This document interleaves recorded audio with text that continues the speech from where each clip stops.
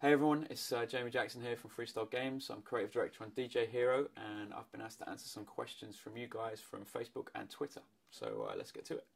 Okay, first question is from Nick Ball, and this came through Facebook. He asks us, are we planning on introducing a second turntable to make the game more like DJing? Good question. For DJ1, no, we're not. It's just going to be as you see it now. So it's single turntable. The reason behind it is we wanted to make the game accessible to people. We didn't want to scare people too much with two turntables, a mixer, and that could be quite intimidating. We wanted to make good core gameplay out of a single turntable and the mixer. Having said that, we have got some cool ideas that we're looking at for future products. Can't really say much, but watch this space. Okay, next question is from Joe Stevens, again through Facebook. He's asked us, what was it like for us as fans and as game developers to work with the DJs we worked with?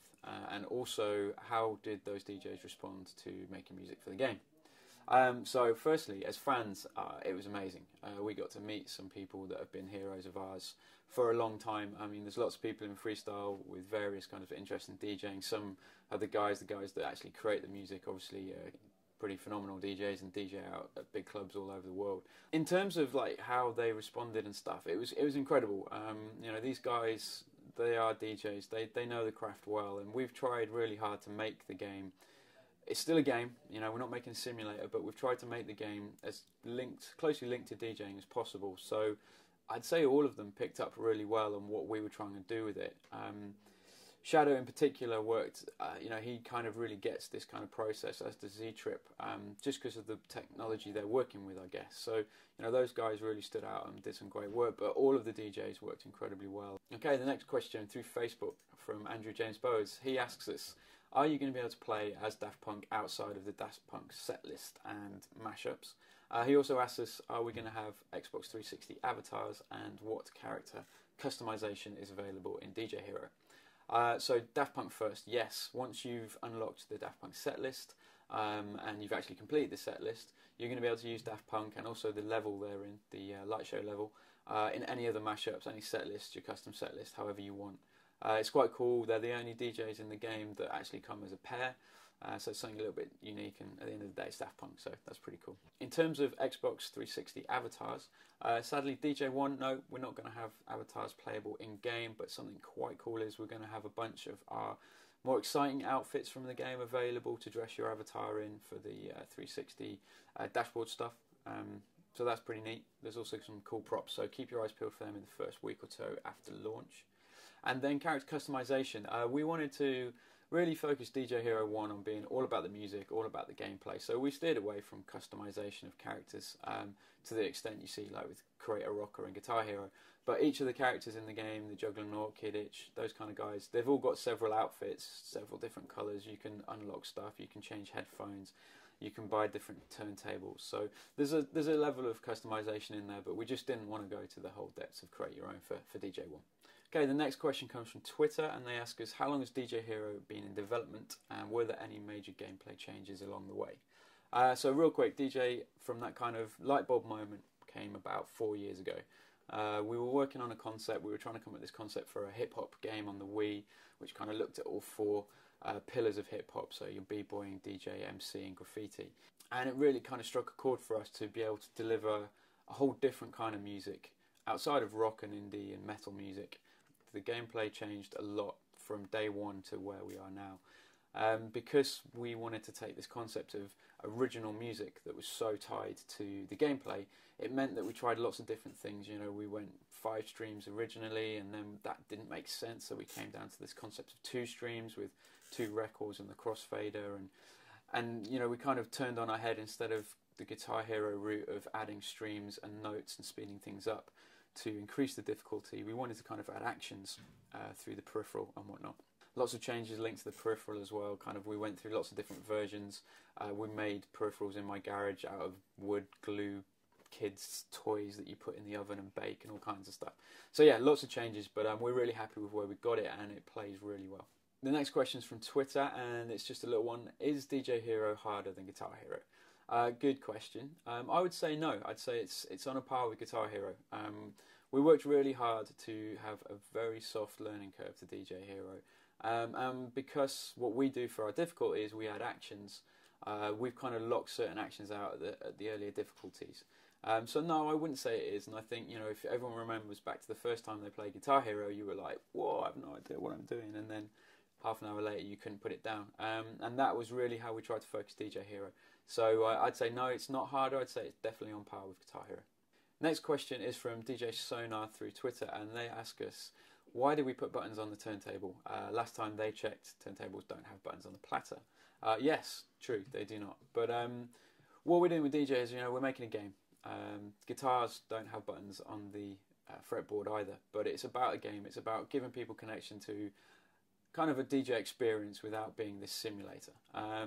And we went through lots of different iterations of this gameplay, and we really wanted people to be connected to the turntable and the crossfader all the time. That's kind of, if you take it back to its core, back in the days when Grandmaster Flash was pioneering what he does now, all he had was 2 turntables and a mixer, so we wanted to focus on that.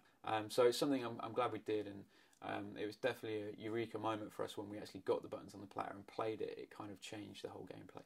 The next question is again from Twitter. It's from BennyG111, and he's asking us, do we think there'll ever be a music game that is not censored? And also, when will we see a DJ and drum mix?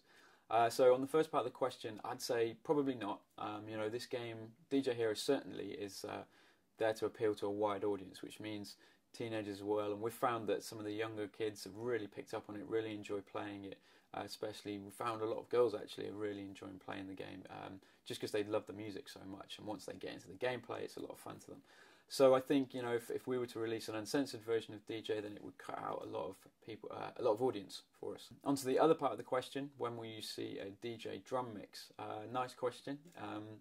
Definitely something we're very much interested in. There's not much I can tell you now, but just watch this space. But you get on YouTube, you can see a lot of interesting things with DJs and drummers. So yeah, keep your eyes peeled. Okay, and the next question is from Facebook, from Bailey McAndrews. They've asked us, what is the craziest thing that happened to you whilst making DJ Hero? The one single crazy thing that happened to me was I got to open for Jay-Z and Eminem at the E3 party, and everyone went nuts, and it was a quite awesome experience, and to leave the stage and then run around to the front and watch Jay-Z come on. Next question is from Facebook, and they ask us, what was the biggest hurdle in making DJ Hero, and how did we overcome it? Biggest hurdle, hands down, was music licensing. We were asking people to do something very different than had been asked before. We were asking to take this track and this track, put it together, make a new track, and that would be the license. Unlike Guitar Hero, which takes one track, marks it up, and that's your gameplay. How did we overcome it? We worked really closely with the music license team inside Activision, who are a great bunch of guys, did a great job on Guitar Hero and also did a great job on DJ Hero. And what we did is we took some tracks that we felt were easier to get earlier on, and we just made a real effort of making strong mixes out of them. So we had a great level to demo to people. Basically, once we got a few of those in, confidence grew, and we were able to get a lot of pretty awesome tracks. Another question from Facebook. Why did we choose to use mashups instead of a single song with sound effects over the top? We chose to use mashups simply because it allowed us to make a game that used the core tools of a DJ, so turntables and a mixer. Okay, next question is from Facebook, and they ask us, what were our goals when we set out to make DJ Hero, and are there certain things that we wanted to get absolutely right through that process? So our goals when we set out to make DJ Hero were, we want to make a music game that brings in all of the music genres that have not yet featured in a music game. So Guitar Hero, an amazing game, does a great thing with bands, metal, indie music, but there's certain music that's never going to be able to fit into that gameplay, like dance music or techno music, electronica, hip-hop, drum and bass.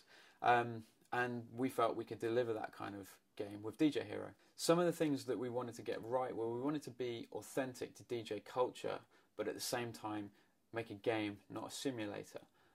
So how do we do that? It was all about the music, the style of the music, and those core gameplay elements of turntable and mixer. Okay, that wraps up our Q&A at Freestyle Games. Thank you everyone for submitting questions. I hope you enjoyed our answers. DJ Hero is out 27th of October in the US and 30th of October across the rest of Europe. Go check it out. It's on demo pods in game stores now. Let us know what you think. Check out the Renegade Edition as well. It's got a pretty cool stand with it just here. And keep your eyes peeled for DLC as well. We're going to have DLC from day one. So enjoy it. Thanks very much. Bye.